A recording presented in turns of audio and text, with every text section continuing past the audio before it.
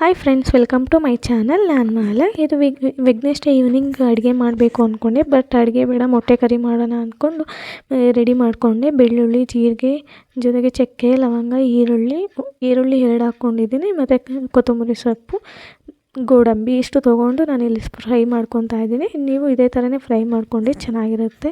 ಹಸಿ ಇಲ್ಲ ಅಂದರೆ ಹಸಿ ಇರುತ್ತೆ. ಸೊ ನಾನು ಹಾಗಾಗಿ ಇಲ್ಲಿ ಮೆಣಸಿನ್ಕಾಯಿ, ಚಕ್ಕೆ, ಲವಂಗ, ಬೆಳ್ಳುಳ್ಳಿ, ಜೀರಿಗೆ ಮತ್ತು ಗೋಡಂಬಿನೆಲ್ಲ ಹಾಕ್ಕೊಂಡು ಹುರ್ಕೊತಾ ಇದ್ದೀನಿ. ಈ ಎಣ್ಣೆಲಿ ಸ್ವಲ್ಪ ಮಾಡಿಸ್ಕೊಂಡಾದ್ಮೇಲೆ ಅದನ್ನು ಒಂದು ಜಾಡಿಗೆ ಹಾಕ್ಕೊಂಡು ರುಬ್ಬಿ ಪೇಸ್ಟ್ ಮಾಡ್ಕೊಳ್ಳಿ. ಸಣ್ಣಗೆ ಪೇಸ್ಟ್ ಮಾಡಿಕೊಂಡ್ರೆ ಚೆನ್ನಾಗಿರುತ್ತೆ. ಅದು ದಪ್ಪ ಇದ್ದರೆ ತರ್ತರಿ ಇದ್ದರೆ ಅದು ಚೆನ್ನಾಗಿ ಕಾಣಲ್ಲ. ಸೊ ಹಾಗಾಗಿ ಅದನ್ನು ಪೇಸ್ಟ್ ಮಾಡಿ ಇಟ್ಕೊಳ್ಳಿ. ನಾನು ಆಲ್ರೆಡಿ ಮೊಟ್ಟೆನ ಇಟ್ಕೊಂಡಿದ್ದೆ ಒಂದು ಕಡೆ. ಅದನ್ನು ನೋಡಿ ಈ ಥರ ಸ್ಲೈಸ್ ಮಾಡ್ಕೊತಾ ಇದ್ದೀನಿ. ಅದು ಕ್ರಿಸ್ಪಿಯಾಗಿ ಚೆನ್ನಾಗಿರುತ್ತೆ. ಸೊ ಹಾಗಾಗಿ ಅದೇ ಕಡಾಯಿಗೆ ಖಾರದ ಪುಡಿ, ಅರಿಶಿನ ಪುಡಿ ಮತ್ತು ಉಪ್ಪು ಹಾಕ್ಬಿಟ್ಟು ಸ್ವಲ್ಪ ಎಣ್ಣೆ ಹಾಕಿ ಅದರಲ್ಲಿ ಮಾಡಿಸ್ಕೊತಾ ಇದ್ದೀನಿ ಮೊಟ್ಟೆನ ಈ ಥರ ಮಾಡಿಸ್ಕೊಳೋದ್ರಿಂದ ಅದು ಕ್ರಿಸ್ಪಿಯಾಗಿ ಚೆನ್ನಾಗಿ ಸಿಗುತ್ತೆ ಬಾಯಿಗೆ.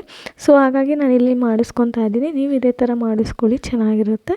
ಇದನ್ನು ಮಾಡಿಸ್ಕೊಂಡಾದ್ಮೇಲೆ ಒಂದು ಪ್ಲೇಟಿಗೆ ಎತ್ತಿಟ್ಕೊಂಡಿದ್ದೀನಿ.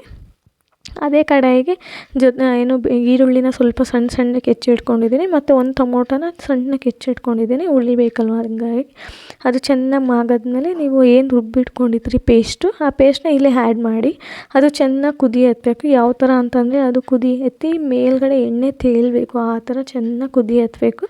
ಇಲ್ಲ ಅಂತಂದರೆ ಅದು ಕ್ಲೀನ್ ಆಗೋಲ್ಲ. ನೋಡಿ ಈ ಥರ ಚೆನ್ನಾಗಿ ಕುದಿ ಎತ್ತಿದೆ.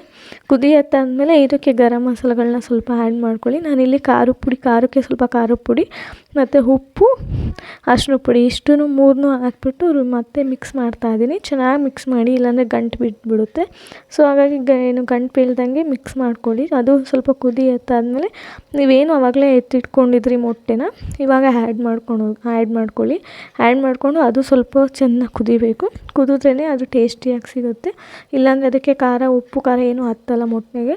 ಸೊ ಹಾಗಾಗಿ ಅದು ಚೆನ್ನಾಗಿ ಕುದ್ದಾದಮೇಲೆ ನೀವು ಚಪಾತಿಗೆ ಬೇಕಾದ್ರೂ ಇಲ್ಲಾಂದರೆ ರೈಸಿಗೆ ಬೇಕಾದ್ರೂ ಹೆಂಚ್ಕೊಂಡು ತಿಂದರೆ ಚೆನ್ನಾಗಿರುತ್ತೆ. ನೆಕ್ಸ್ಟ್ ವಿಡಿಯೋದಲ್ಲಿ ಖಂಡಿತ ಸಿಗೋಣ. Thank you.